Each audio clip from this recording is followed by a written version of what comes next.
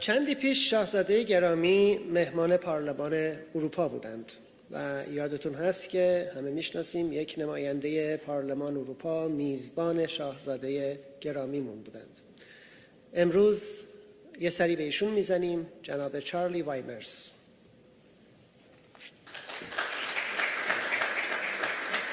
Establishing the Cyrus the Great Institute. The name you've chosen for the Institute is of great inspiration.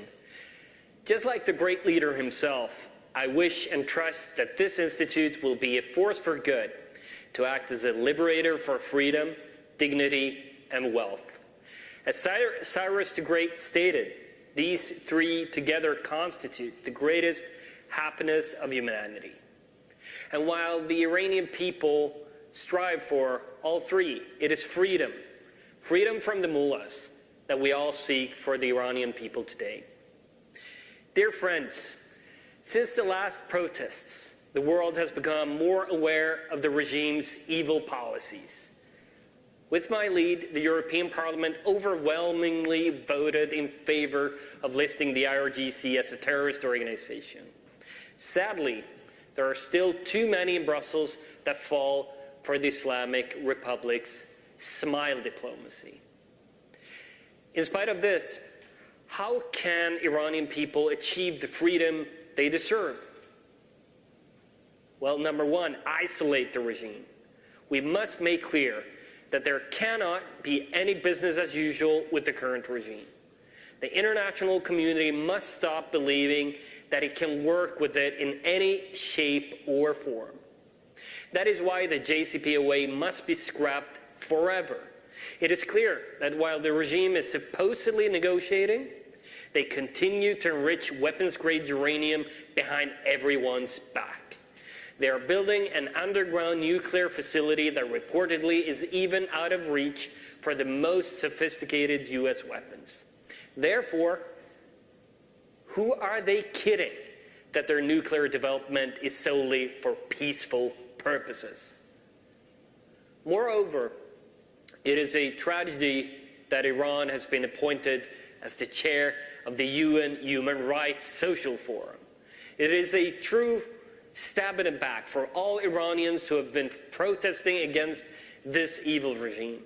It's an assault on the memories of all the victims, including those executed or serving jail in the most horrific circumstances for merely having protested against the regime.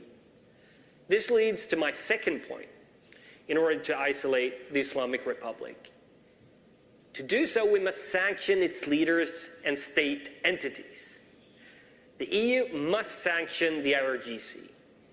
As we just saw the other day, the Secretary of Iran's Supreme National Security Council, Ali Shamkhani, was replaced by senior IRGC official Ali Akbar Ahmadian, who is designated by the UN Security Council, the EU, US, Australia, and Japan. Over the years, the Iranian political and economic class has been drenched by the IRGC so much that one cannot differentiate between the two anymore. The IRGC is the state, and the state is the IRGC. Therefore, the EU must list the IRGC as a matter of urgency, and not just certain senior people working for the organization. Moreover, I believe the EU and the member state must list Iran's supreme leader Ali Khamenei and President Raisi as well. Sanctions, including those that were passed by the EU yesterday, are nothing if they do not include those at the very top. My third and final point is that the EU should create a fund to support Iran's strikers with the blocked Iranian assets. We must support the Iranian labor movement. Many Iranian workers are struggling under almost slave-like conditions in IRGC-owned entities. And we, as the international community, need to support them. This is why it is so important to list the IRGC as an entity, as a terror organization, to seize their assets and use its wealth, which in fact is really the wealth that belongs to the Iranian people, to create a strike fund to enable the Iranian people to put an end to this brutal regime.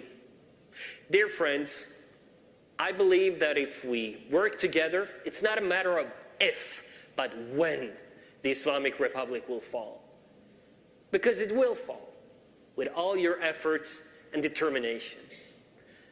Although the Islamic Republic denies the Iranian people their physical freedom, wealth, and dignity, it cannot and never will be able to take away their spiritual freedom, wealth, and dignity. Therefore, dear friends, it is my absolute honor to be with you today in spirit, to congratulate you on the establishment of your institute, and I look forward to cooperating in the future.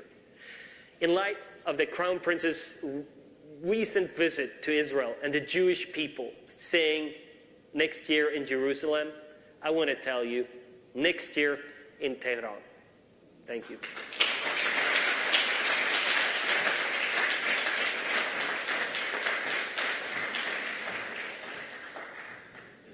سپاس فراوان از عالی جناب چارلی وایمرز و حمایت ایشون در این جلسه که نشون از روابط خارجی درست است که در مسیر آزادی و سربلندی ایرانمون لازم هستش.